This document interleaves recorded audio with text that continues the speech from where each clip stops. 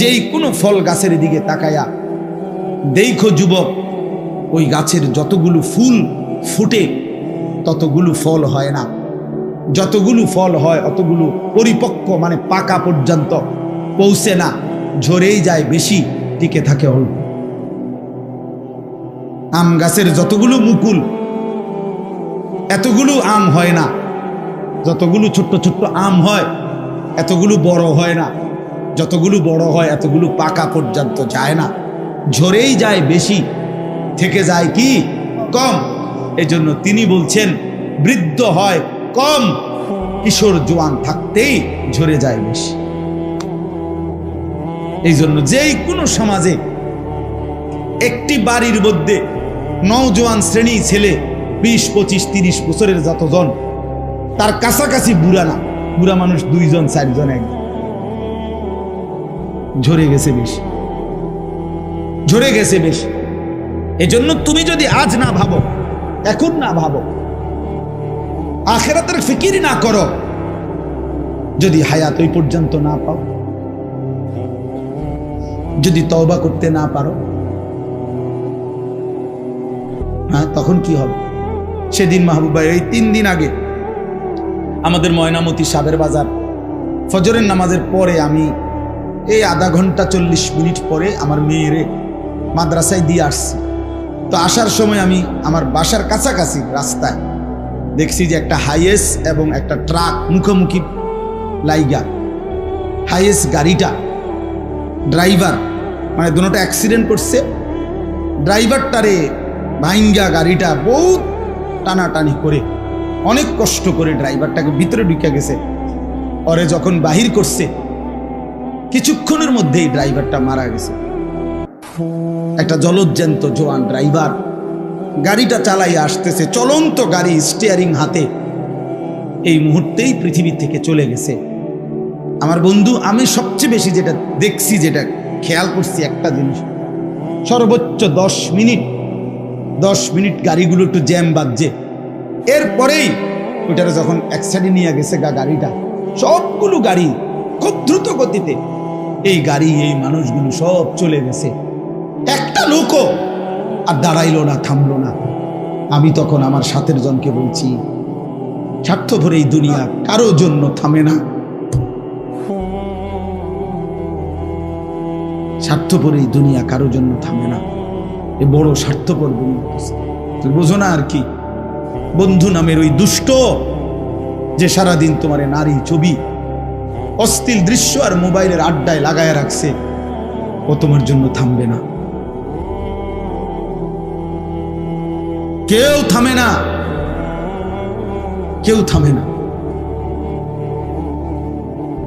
এই জন্য দয়া করে প্রত্যেকেই ফিকির করে, ফিকির করে, ফিকির করে, নিজের ছেলে নিজের মেয়ে দিন শিখান, আল্লাহ ভুলায়েন না, আখিরাত ভুলায়েন। একজন মুসলিম নারীকে আল্লাহ তাআলা বলছে ওয়াকারনা ফি বুয়ুতিকুন্না, হে মুসলিম নারী, তোমার প্রথম দায়িত্ব তুমি তোমার ঘরে অবস্থান করো, ঘরে, তোমার ঘরে অবস্থান করা, ঘরই তোমার আপন ঠিকানা, ঘরই তোমার নিরাপদ আশ্রয়, আল্লাহ তাআলা বলছেন। আর কোনো বান্দার প্রতি আল্লাহ জুলুম করতে পারে না, কোনো বান্দার প্রতি আল্লাহ চাইতে তার কল্যাণ অন্য কেউ এর চাইতে বেশি ভাবতে পারে না। মানুষ হয়ে আরেক মানুষের কল্যাণ বেশি ভাবে আর আল্লাহ কম ভাববে, এটা হতে পারে না। এই জন্য নারীর ব্যাপারে আল্লাহ যেটা ফয়সালা দিচ্ছেন এটাই যৌক্তিক, এটাই বাস্তবসম্মত, এটাই তার শরীর স্বাস্থ্য, তার দিল দিমাগের জন্য উপযোগী। সৃষ্টিকর্তাই ভালো জানেন তার সৃষ্টি সম্পর্কে, কোম্পানি বলে দেন তার প্রোডাক্ট সম্পর্কে, যারা উৎপাদন করে তারাই তো বলে দেয় এটার গুণাগুণ কি, ব্যবহার কি। তো আল্লাহ তাআলা সৃষ্টি করেছেন, তিনিই তো সঠিক বলেন যে তিনি কি সৃষ্টি করেছেন, কতটুকু যোগ্যতা দিচ্ছেন, কোথায় থাকবে, কিভাবে থাকবে। এই জন্য আল্লাহ তাআলা বলেন ওয়াকারনা ফি বুয়ুতিকুন্না, তোমরা তোমাদের ঘরে অবস্থান করো।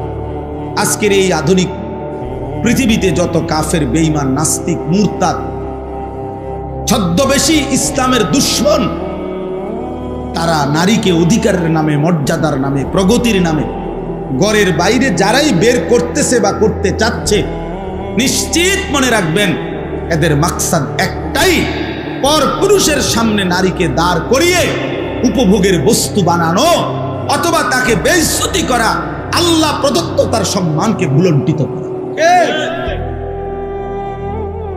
এজন্য পাকিস্তানের বিশ্ববিখ্যাত বুজুর্গ সৈয়দ আব্দুল মজিদ নদীম সাহেব রহমতুল্লাহ আলাইহি আমাদের বাংলাদেশে একসময় আসতেন।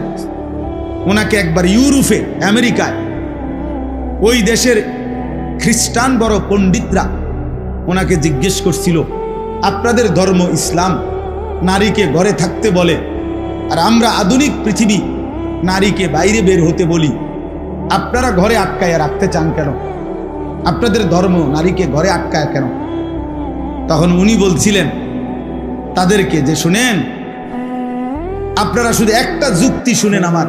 উনি বলছিলেন যে পাথর দুই ধরনের হয়, রাস্তার কাজ করে যেই পাথর এটাও পাথর, আর ওই হীরা মণি মুক্তা যেই পাথর এটাও পাথর।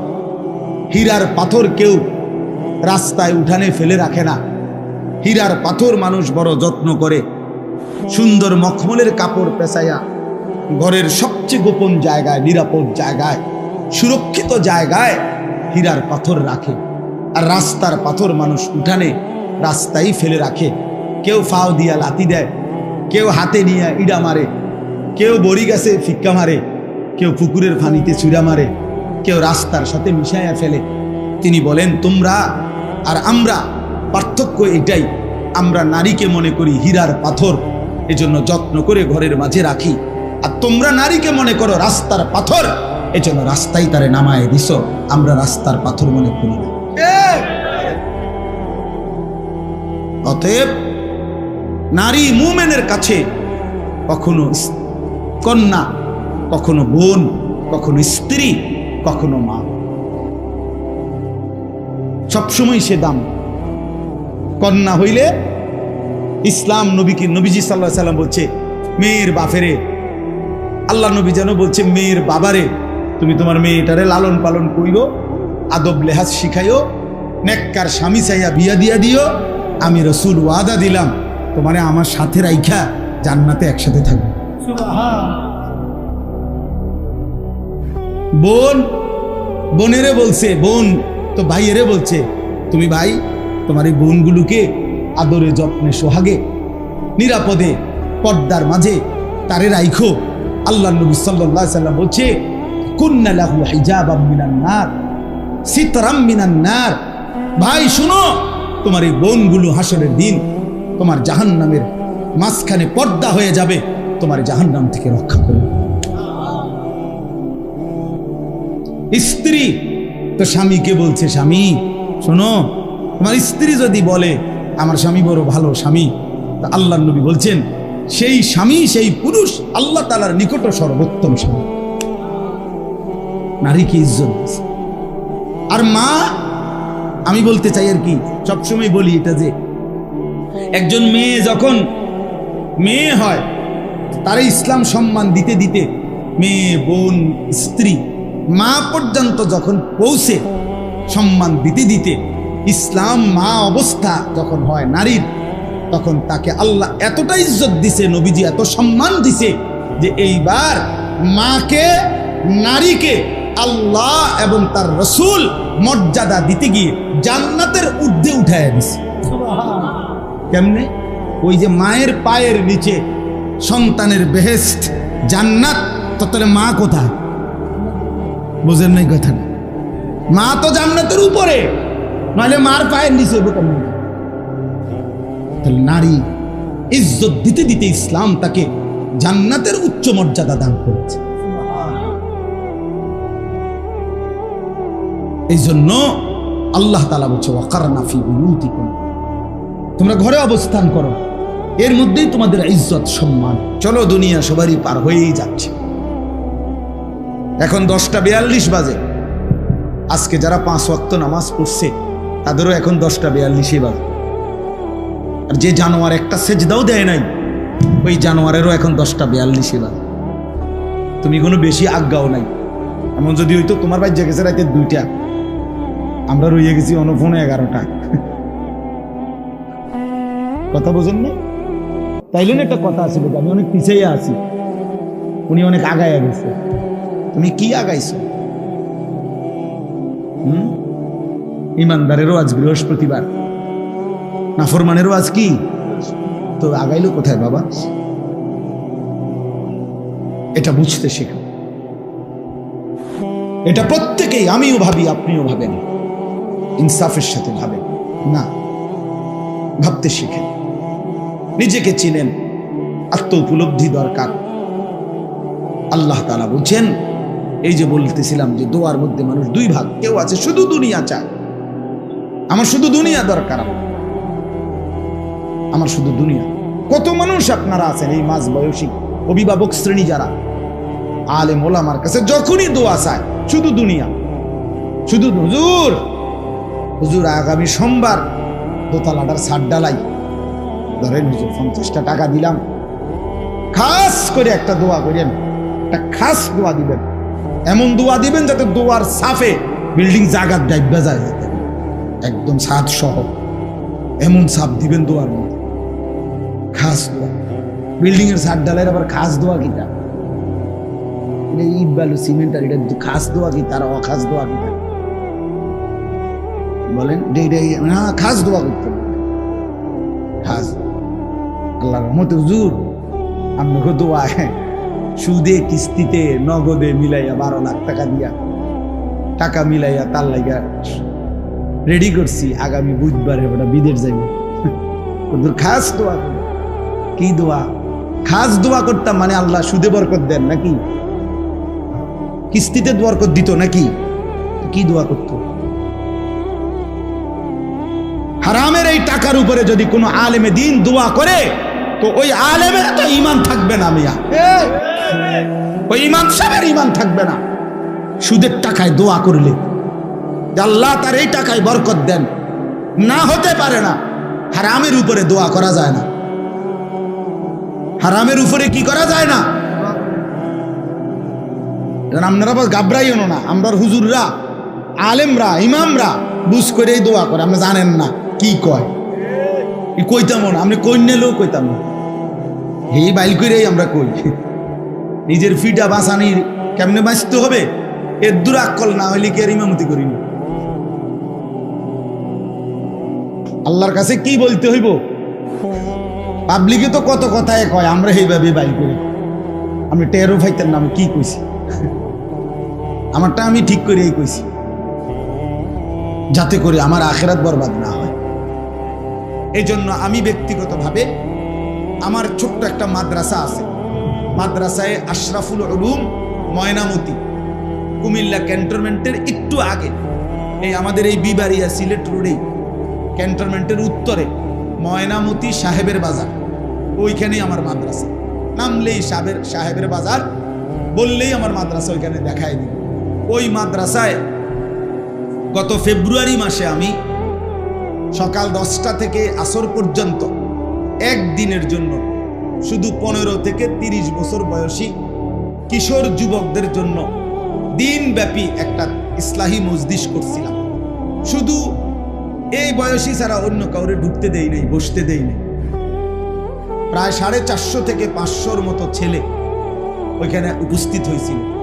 আমার শায়েখ আল্লামা মুফতি মুশতাকুন নবী কাসিমি, আল্লামা মুফতি আমজাদ হুসাইন, আমাদের প্রিয় ভাই মাওলানা মুফতি ইউসুফ বিন ইকবাল, এবং আমি নিজেও, এবং কুমিল্লা শহরের একজন MBBS ডাক্তার মিজানুর রহমান, ওনারা সবাই আমরা এই কিশোর যুবকদের জন্য সারাদিন কথা বলছিলাম বিভিন্ন বিষয়ে, দিক নির্দেশনা, নসিহত, উপদেশ, তাদের চরিত্র গঠন এই ক্ষেত্রে। তো আলহামদুলিল্লাহ এইবার আমরা পুনরায় নতুন করে আবার আগামী এই সামনের মাসের আগস্ট মাসের 3 দিন আমার মাদ্রাসা 1 সপ্তাহ বন্ধ থাকবে। এই বন্ধের মধ্যে 5, 6, 7 আগস্টের মঙ্গল, বুধ, বৃহস্পতি 3 দিন লাগাতার এই 15 থেকে 30 বছর বয়সী কিশোর যুবকদের জন্য তারবিয়াতি প্রশিক্ষণ কোর্সের আয়োজন করছি আমরা। এবং এখানে এই 3 দিনে একবারে সোমবার দিন 4 তারিখ মাগরিবের আগে আসতে হবে, বৃহস্পতিবার দিন আসর পর্যন্ত চলবে, মাদ্রাসাতেই থাকবে, খাবে, আমরাই খাবার দাবারের সব ব্যবস্থা করব, যতজন আসে ইনশাআল্লাহ। কোনো ফি নাই, কোনো টাকা নাই, শুধু শিখবে। 3 দিন লাগাতার থাকবে। আমরা নিয়ত করছি পরিকল্পিতভাবে যে একটা বাচ্চাকে, একটা ছেলেকে স্কুলের, কলেজের, ইউনিভার্সিটির যেখানে হোক, পড়ুক অথবা পড়ে না সেও হোক, যেই আসে এরকম বয়সী জন্ম নিবন্ধন আইডি কার্ড দেখাইতে হবে যে এই বয়স কিনা। এই বয়সের হইলে তারে ইনশাআল্লাহ ওযু, গোসল, তায়াম্মুম, 2 রাকাত নামাজ, রুকু, সেজদা, 4-5টা সূরা মস্ক করানো, আত্তাহিয়াতু, দুরূদ শরীফ, দোয়ায়ে মাসুরা, দোয়ায়ে কুনুত, এরকম মৌলিক কিছু দোয়া, কিছু সুন্নাত, কিছু আমল হাতে কলমে একেবারে রাতে দিনে মিলাইয়া লাগাতার শেখাবো ইনশাআল্লাহ। এবং আমি নিজেও 3 দিন পুরা থাইকা একটা যুবকের চরিত্র সুন্দর করার জন্য ত্রুটিগুলো কি কি, এর করণীয় কি কি ইত্যাদি বিষয় নিয়ে ধারাবাহিক আলোচনা, শেখানো, একদম হাতে কলমে প্র্যাকটিক্যাল বুঝানো, এটা আমরা চেষ্টা করব ইনশাআল্লাহ। আমার শায়েখ আল্লামা মুফতি মুশতাকুন নবী কাসিমি হুজুর একদিন বয়ান করবেন, আল্লামা মুফতি আমজাদ হোসেন সাহেব তিনি একদিন বয়ান করবেন, আমাদের ইউসুফ বিন ইকবাল একদিন বয়ান করবেন, আর আমার মাদ্রাসা এবং আমার সাথে আরো কিছু নওজোয়ান আলেম আছে প্রায় 25 জন, ওনারা সবাই মিলে এই নওজোয়ান ছেলেদেরকে শেখাবে ইনশাআল্লাহ, রাতেও দিনেও ওখানে থাকতে হবে। তো ইনশাআল্লাহ আমি এই নওজোয়ান তোমরা যারা আছো তাদের মধ্য থেকে যার সুযোগ হয় দাওয়াত করলাম, আগামী 5, 6, 7 আগস্ট মঙ্গল, বুধ, বৃহস্পতিবার 3 দিন ব্যাপী কিশোর যুবকদের জন্য তারবিয়াতি প্রশিক্ষণ কোর্স। যদি কারো সুযোগ থাকে যাওয়ার চেষ্টা করো, কোনো ফি কিছুই দিতে হবে না, শুধু একটা কাঁথা, একটা বালিশ, একটা চাদর তুমি ঘুমানোর লেগে নিয়ে যাইবা, আর তোমার জামা কাপড় যেটাই হোক, শার্ট হোক আর ফুল প্যান্ট হোক, যেটাই হোক ওইটা নিয়ে যাইবা, মানে নিজের কাপড় নিয়ে পোশাক নিয়ে যাইবা ইনশাআল্লাহ। 3 দিন আমরা থাকা খাওয়ার সব ইন্তজাম করব। উদ্দেশ্য শুধু একটাই, মুসলমানের একটা ছেলেও দিন শিখুক, একটা সেজদা সুন্দর করে দিক, হালাল হারাম আখেরাত বুঝুক। যদি একটা ছেলেও আল্লাহকে পেয়ে যায়, আল্লাহ নবী সাল্লাল্লাহু আলাইহি সাল্লাম বলেছেন, আল্লাহর কসম তোমার দ্বারা যদি একজন মানুষ আল্লাহর পথ পায়, নবীজি বলছেন গোটা আরবের সমস্ত দামি উট তোমাকে হাদিয়া দেওয়ার চাইতেও সেটা উত্তম। এজন্য বাবাদেরকে অনুরোধ করছি, আপনারাও আপনাদের ছেলেদেরকে সুযোগ থাকলে আমাদের ওই মাদ্রাসায় পাঠাবেন। আমাদের এই মাদ্রাসার যে মুহতামিম মামুন, সেও আমার মাদ্রাসা চিনে, পরে জিজ্ঞাসা করলেও ঠিকানা বলে দিবে। অথবা এই রোডে গেলেই কুমিল্লা ক্যান্টনমেন্টের আগে ময়নামতি সাহেবের বাজার বললেই গাড়ির ড্রাইভাররাও নামায় দিন। আল্লাহ তাআলা আমাদেরকে তৌফিক দেন, আল্লাহ তাআলা আমাদেরকে কবুল করেন। কোরআনুল কারীমের মধ্যে আছে আল্লাহ তাআলা বারবার এই কথাটা বলছে, ফাসতামিউ লাহু ওয়া আনসিতু ফাসতামি' লিমা ইউহা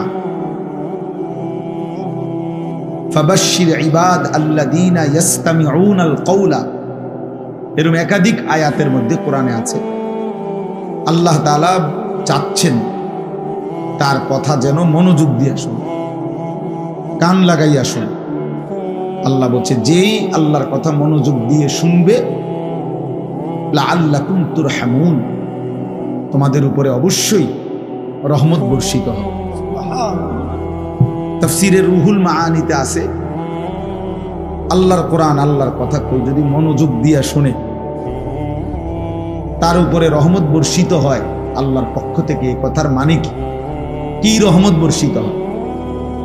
এই কথার অর্থ হলো তৌফিকুত তাআ, আল্লাহ তাআলা তাকে আল্লাহর ইবাদত, আল্লাহর আনুগত্য করার তৌফিক দান। সুবহানাল্লাহ। অর্থাৎ শুনবার বরকতে আমলের সুযোগ, আল্লাহ তাআলাই তখন ওই বান্দাকে আমলের তৌফিক। হাদিসের মধ্যে আছে, ইজা আরাদাল্লাহু বিআবদিন খায়রান ইস্তা'মালা।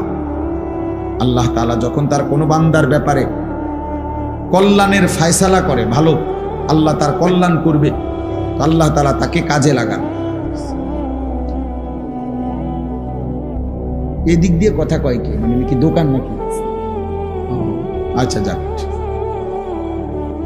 তো সাহাবায়ে কেরাম জিজ্ঞাসা করছে, কাইফা ইস্তামিলুহু ইয়া রাসূলুল্লাহ, হে আল্লাহর নবী, আল্লাহ তাআলা যাকে পছন্দ করে তাকে আল্লাহ কাজে লাগান। এই কাজে লাগান মানে কি? কি কাজে লাগান, এই কথার অর্থ কি? তো নবীজি সাল্লাল্লাহু আলাইহি ওয়াসাল্লাম বলছেন, ইউওয়াফিকুহু লিআমালিন সালিহিন ক্বাবলাল মাউত, আল্লাহ তাআলা তাকে মৃত্যুর পূর্বেই নেক আমল, উত্তম আমল করার তৌফিক দান। আল্লাহ তার জিন্দেগি বদলায় দেয়, ফলে সে আল্লাহর পথে চলতে পারে। তাহলে এই পৃথিবীর কোনো কিছুই যেহেতু আল্লাহর ইচ্ছা ছাড়া হয় না, তো আমাদের সেজদা, তাসবিহ, আল্লাহকে ডাকা, এটাও তো আল্লাহর ইচ্ছা ছাড়া হয় না। আল্লাহর ইচ্ছা ছাড়া হয়। আল্লাহ তৌফিক দেন বলেই বান্দা আল্লাহকে মানতে পারে, আল্লাহকে সেজদা করতে পারে, আল্লাহর গোলামি করতে পারে। কোরআনুল কারীমের মধ্যে আছে, আল্লাহ তাআলা বলেন, ফামান ইউরিদিল্লাহু আন ইয়াহদিয়াহু ইয়াশরাহ সাদরাহু লিল ইসলাম।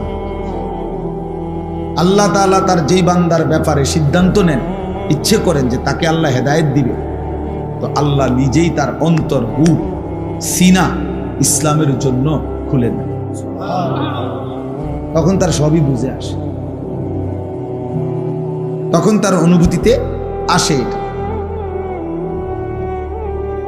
এই কারণে অনেক আয়াত আছে, এরকম হাদিস আছে, আল্লাহ যখন পছন্দ করে, আল্লাহ যখন দয়া করে, আল্লাহ যখন ওই বান্দার কল্যাণ চায়, জান্নাত দিতে চায়, তো আল্লাহ তাআলা নিজেই দয়া করে তাকে আল্লাহর হুকুম মানার, আল্লাহর ইবাদত করার তৌফিক দান। এজন্য আল্লাহর কাছে ইবাদতের তৌফিক চাইতে হয়, ইবাদতের তৌফিক চাইতে হয়, আখিরাত আল্লাহর কাছে চাইতে হয়। নবীজি সাল্লাল্লাহু আলাইহি ওয়াসাল্লাম আল্লাহ তাআলার কাছে আখিরাত চাইতেন, ইবাদতের তৌফিক চাইতেন। হাদিসের মধ্যে আছে, 5 ওয়াক্ত নামাজের পরে নবীজি সাল্লাল্লাহু আলাইহি সাল্লাম নিয়মিত কিছু দোয়া করতেন প্রত্যেক নামাজের পরে। তো যেই দোয়াগুলো নবীজি একদম নিয়মিত করতেন প্রত্যেক নামাজের পরে, তার মধ্যে একটা দোয়া ছিল এটা, প্রত্যেক নামাজের পরে নবীজি কমপক্ষে 3 বার এই দোয়াটা পড়তেন, আল্লাহুম্মা আইন্নি আলা যিকরিকা ওয়া শুকরিকা ওয়া হুসনি ইবাদাতিক। আল্লাহ, আপনার জিকির, আপনার শুকর এবং আপনার ইবাদত সুন্দরভাবে করার জন্য আপনি আমাকে সাহায্য করেন। এটা নবীজি চাইতেন।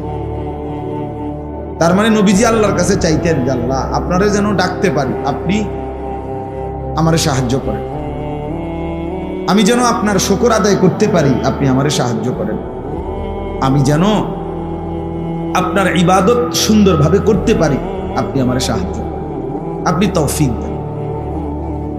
এইভাবে নবীজি চাইতেন। আল্লাহুম্মা আতি নাফসি তাকওয়াহা ওয়া যাক্কিহা আনতা খায়রু মান যাক্কাহা আনতা ওয়ালিয়ুহা ওয়া মাওলাহা। নবীজি দোয়া করতেন, আল্লাহ, আপনি আমার অন্তরের মধ্যে বিশুদ্ধতা, পবিত্রতা, অন্তর্পুত পবিত্রতা, আপনি আমার অন্তরকে বানায় দেন। এই যে আল্লাহর কাছে চাইতেন, আল্লাহ আমার অন্তরকে পবিত্র করে দেন, আমার অন্তরে তাকওয়া দান করেন, আপনার ভীতি, আপনার ভয় দান করেন। নবীজি দোয়া করতেন, আল্লাহুম্মা আসলিহ লি শা'নি কুল্লা। আল্লাহ, আমার জিন্দেগীর সব অবস্থা, প্রত্যেক পদক্ষেপ, প্রতি মিনিট সেকেন্ড আপনি ঠিক করে দেন, সংশোধন করে দেন। ওয়ালা তাকিলনি ইলা নাফসি তরফাতা আইন। আল্লাহ, এক পলকের জন্য আমারে আমার হাতে ছেড়ে দিয়েন না, আপনার হাতেই রাখেন। আমি যেন তরফাতা আইন মানে চোখের পলক, আমি যেন এক পলকের জন্য আমার মন মতো না চলি, আমি যেন 24 ঘন্টা প্রতি সেকেন্ড আপনার মর্জি মতো চলি। এই দোস্ত, আল্লাহর কাছে চাইতে হয়। নবীজি দোয়া করতেন, আল্লাহুম্মা আলহিমনি রুশদি ওয়া আইদনি মিন শাররি নাফসি। আল্লাহ আমাকে প্রত্যেক কাজে যেটা সঠিক রুশদ, যেটা প্রকৃত সঠিক, আপনি আমার অন্তরে সেটাই ঢেলে দেন, ইলহাম করেন। ওয়া আইদনি মিন শাররি নাফসি, আমারে আমার মনের, আমার ইচ্ছার অনিষ্টতা, আমার মনের চাহিদার ক্ষতি থেকে আমারে হেফাজত করে। এই জন্য এই কিশোর ছেলেরা, বয়স্ক বাবারা, সবার এটা বোঝা উচিত, নিজেকে আল্লাহর হাতে